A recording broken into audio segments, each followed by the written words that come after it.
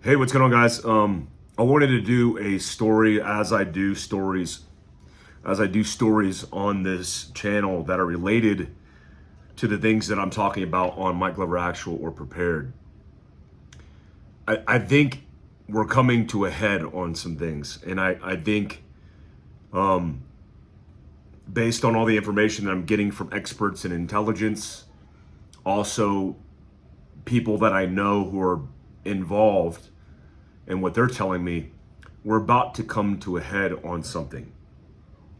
My good friend Heather, who's an intel analyst, one of the best I know in the business, she helped me start American Contingency and focused her attention on intelligence, open source intelligence, and making sense of sometimes complicated information. This entire situation on the border of Texas, in her opinion, could be J620. It could be also Boston Massacre 2.0. And I agree with her. Got a good buddy of mine, Doc Pete Chambers, who I serve with in special operations. Amazing reputation, amazing human being, and a patriot certainly of this country. Helped me start American Contingency and supported me along the way. The reason I think we're coming to a head is because I don't see the federal government backing down. And I see more people, including Doc Chambers, flexing to the border, as we should be. I think right now, the latest is over a dozen states are supporting Texas. And I talked about this months ago, even last year, that when things came to a tipping point, we would be breaking down and co-opting with other states, because that's the benefit of our system, decentralized, deliberately separated from the federal government to be able to police our own up. You know, something profound in the U.S. Constitution that the governor of Texas, Governor Abbott, has talked about is this idea that the federal government, because of the Constitution, should be protecting states from invasion. And so what do you do when the government isn't doing its job? I mean, the government, by the way, isn't Border Patrol agents on the border doing their specific job and role. I know a lot of those men and women, and they're amazing people, who are handed a very bad situation. What do you do when the institution itself has policies in place like catch and release, where we take everybody who's coming across illegally? There's no punishment, only incentives for them to come across the border, because they're going to be released into the country with the promise of a return date to show up to get their hearing. Why would you go through any process besides illegally coming across the border to expedite your process? So the state of Texas has said, we are doing our best within the confines of our Constitution and the U.S. Constitution and protecting our people, really protecting our country. Even Democratic mayors across the country in different cities have said they're being affected by what's going on the border, and we can't point the finger at Governor Abbott any longer because it's not a state problem, it's a federal problem. This is a profound national security issue. I just did a video that's going to be released today.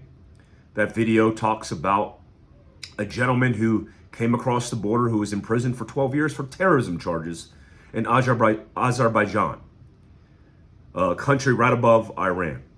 He was a religious activist, and he said he was wrongfully imprisoned, but there's a litany of terrorist charges, including weapons and explosives and all these different things. So what do you do when you're in the state of Texas?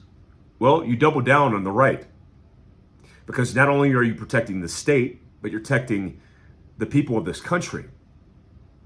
And then what do you do if you're the federal government? Because from everybody's position in the federal government, this might look like radical behavior because they're not falling in line.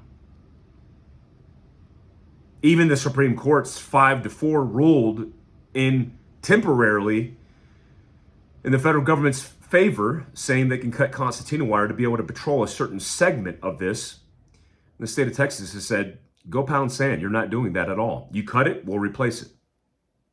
And they've actually prevented the access to those Border Patrol agents. Now, this puts Border Patrol in a conundrum, but also, what's the fear here? Well, the fear here is good Americans in this country see what's right. And you know what's right? Protecting the sovereignty of this nation and the citizens of this country. That's right. I mean, that's the right thing no matter what.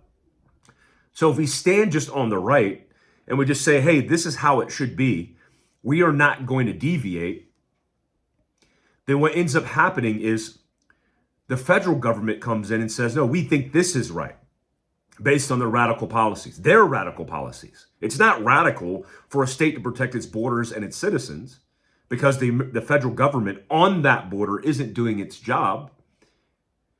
So their position is, well, we'll take it by force. And then what happens when citizens who are flexing right now, the reason I'm doing this video with a sense of urgency is because there's citizens flexing right now. And I advocate for those citizens to flex right now. I'm even talking to Doc Pete about going out and doing some media and getting the feedback from Pete Chambers and the people that are on the ground. And so what happens when all of this is going down, tensions are high, and the federal government flex even harder? What happens when they send in the FBI? The DOJ puts out an all call, and you have Department of Homeland Security, FBI, and all these agents on the border. Are we prepared as a citizenry to deal with this kind of issue in our country? You saw what happened on J6. You saw American citizens, I think, unjustified by the hundreds and now thousands, over 1,000, charged and imprisoned. For what? An insurrection? Man, Lord have mercy. I know what an insurrection is. That's not an insurrection. Capitol Police officers escorting people throughout the building. No violent attacks that took place inside of the actual building when they broke down the barriers. It's not the Capitol Police's fault. Certainly they wanted to survive. Certainly they didn't want to get assaulted. But was that an insurrection?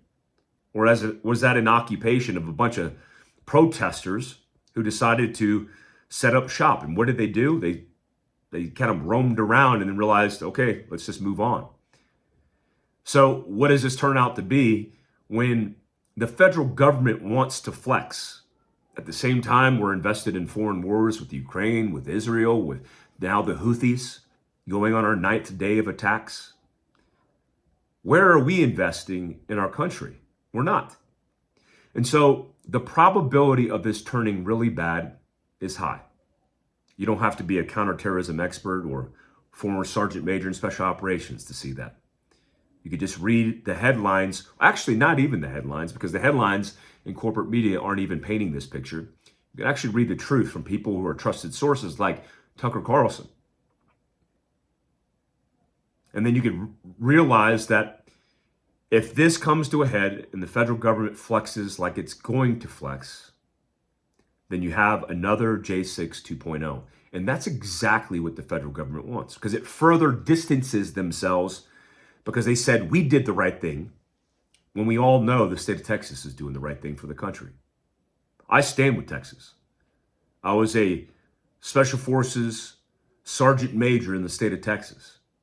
My obligation via the Constitution of Texas and the U.S. Constitution was to both of those documents, serving and supporting to uphold the Constitution. And I'll do the same. If I need to flex an entire group from Utah, if I need to activate American contingency to go down there and hold the line to protest peacefully, to support the state of Texas because they need the help, I'll do that personally, and I'll advocate for everybody else in my network to do the same. This is not a campaign where we need to be infighting one another. We need to be doing what's right. And unfortunately, in this situation, what's right might not be the prettiest picture. Sure, when I got notification of this big protest that was going on in Washington, D.C., I wanted to stay 1,000 miles away, which I did, because I told people if things go awry there, they're certainly going to have civil unrest throughout the country, and you need to be where your family is. And unless you plan to flex to Washington, D.C. with your family and your kids, knowing that they're protected and safe, your place is at home. This is different because I know what the threat to our country is. I know how many people have poured across the border.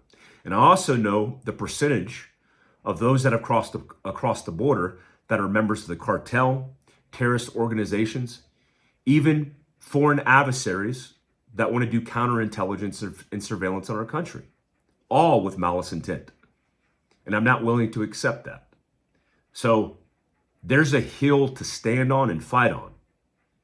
This is one of them. If you support Texas, you should support the endeavors of men like Doc Pete Chambers. I'll release a statement out to American Contingency if you're an AMCON member. But yeah, man, there's a sense of urgency because there's a sense of urgency. This is a very serious situation that's coming to a head, and it's not potentially going to work out well unless the government realizes, the federal government realizes, that this is a bad move. You want to cause more divisive and toxic circumstances in this country, more so than it is now, then flex on American citizens who are trying to protect the state of Texas and this country from being overran and invaded by foreign entities. This isn't just Mexican families looking for a better life. Certainly there are those that exist. The videos that I saw recently were former charged and sentenced terrorists who just got out of prison a year ago on the border telling journalists, "You'll find out soon." I don't know what that means. Maybe he didn't mean anything by that besides, "You'll know who I am by name." I don't like it because all the values, all the things that the young men and women I serve with that died and sacrificed it all, it's not all for nothing. I won't let it be, and neither should you. I wanted to put out this statement and just tell you how I felt on it. Now the hard work begins. Stay tuned for that Mike Glover actual episode on that situation and who that man really is. And I hope this doesn't go where I think it's going to go. Thanks, guys.